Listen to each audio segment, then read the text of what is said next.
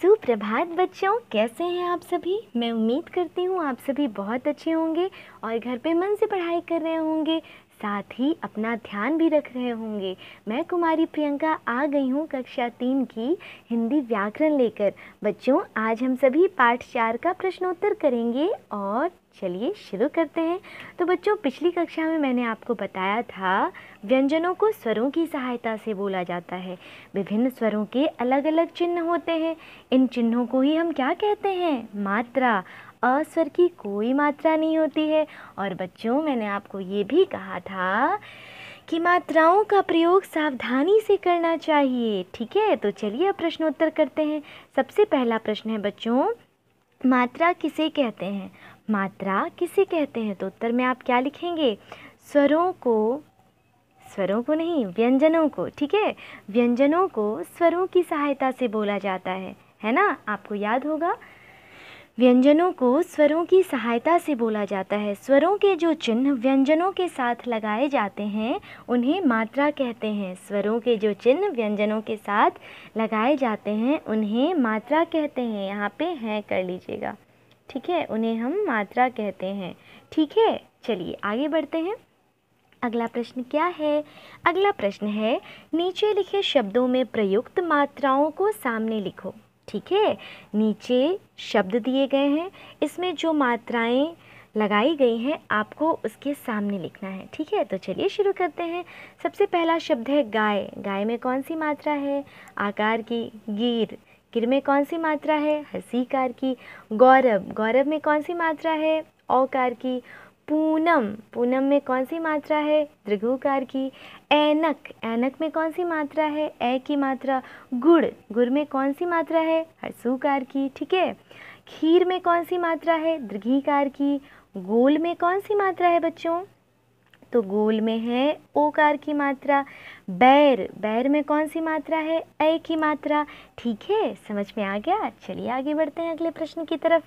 अगला प्रश्न क्या है? अगला प्रश्न है, नीचे लिखे शब्दों को शुद्ध करके लिखें। इसका मतलब है कि इस तरफ जो भी शब्द लिखा हुआ है वो गलत लिखा हुआ है, आपको सही करके इस तरफ लिखना है। ठीक है, तो सबसे पहला शब्द है उसका। ठीक है, उसका इस प्रकार से लिखते हैं बच्चों, है ना। हिंदी। हिंदी को इस प्रकार से लिखा जाता है। ठीक है, पौधा नहीं होता है, पौधा होता है ना। पूरा।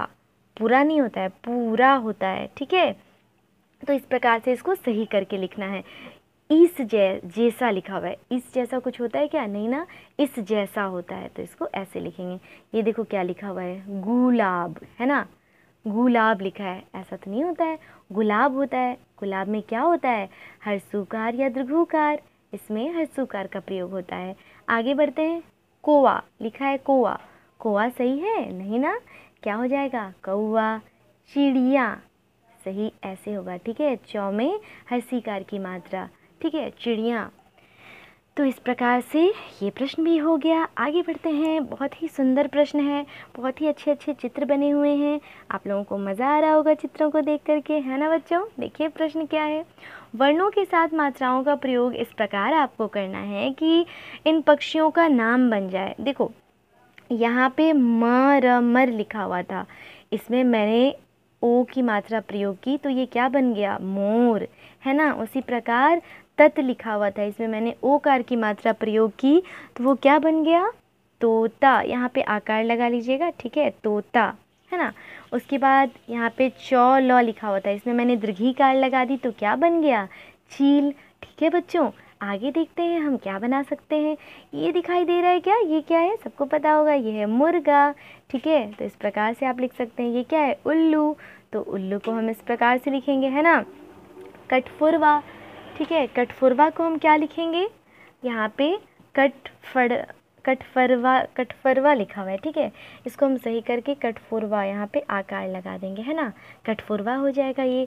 इस प्रकार से बच्चों ये प्रश्न हो गया। आगे बढ़ते हैं अगले प्रश्न की तरफ। इसमें नीचे ना अशुद्ध शब्द लिखे हुए हैं, आपको शुद्ध करके लिखना है। ठीक है, तो चलिए शुद्ध करके लिखते हैं। पुस्तक ऐसे लिखाता है बच्चों। ठीक है, ये गलत हो गया। स्कूल इस प्रकार से हम लिखते हैं। परीक्षा में दीर्घिकार होती है ना, तो ये भी गलत हो गया। चीनी बिल्कुल सही है। पेंसिल नहीं होता है, पेंसिल होता है, ठीक है, हर्षीकार होता है।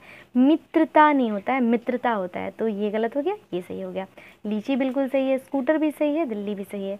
ठीक है, समझ में आ गया। यानी जो गलत था उसके सामने गलत का निशान और जो सही है उसके सामने सही का निशान। ठीक है बच्चों, तो उम्मीद करती हूँ यहाँ तक आप लोगों को समझ आया होगा। ठीक है, तो आज मैंने जो कराया है उसे घर पे अच्छे से पढ़िएगा, मन से पढ़िए। अगली कक्षा में मैं फिर आऊँगी, पार्ट 4 के जो भी प्रश्न हैं उसे करवाऊँगी। तब तक के लिए पढ़ते रहिए, बढ़ते रहिए। Keep study. Thank you so much.